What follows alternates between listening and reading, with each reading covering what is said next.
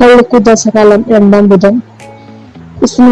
സുവിശേഷം 10-ാം അധ്യായം 28 മുതൽ 30 വരെയുള്ള തിരുവചനങ്ങളുടെ വിശകലനം.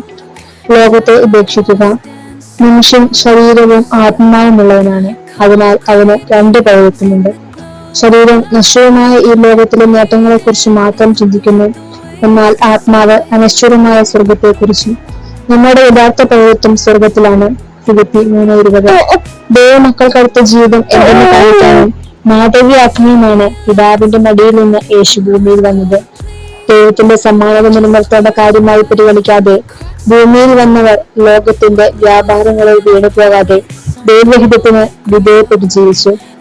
ലോകത്തിന്റെയും സാത്താന്റെയും എല്ലാ പരീക്ഷണങ്ങളെയും അതിജീവിച്ചു. ദൈവത്തിന്റെ വിളി കേട്ട പൂർവ്വപിതാക്കന്മാരും നമ്മുടെ കൺമുൻപിലുണ്ട്. അബ്രാഹാം, മോശ, ദാവീദ്, പ്രവാചകന്മാർ, വിശുദ്ധാത്മാക്കൾ, എല്ലാവർക്കും ഉയർത്തിൽ പരിശുദ്ധ കന്യകാമറിയവും. വിളി ത്യജിച്ച് ജീവിതം നഷ്ടപ്പെടുത്തിയ കഥാപാത്രങ്ങളും നമ്മുടെ കൺമുൻപിലുണ്ട്. മാലാഖമാരുടെ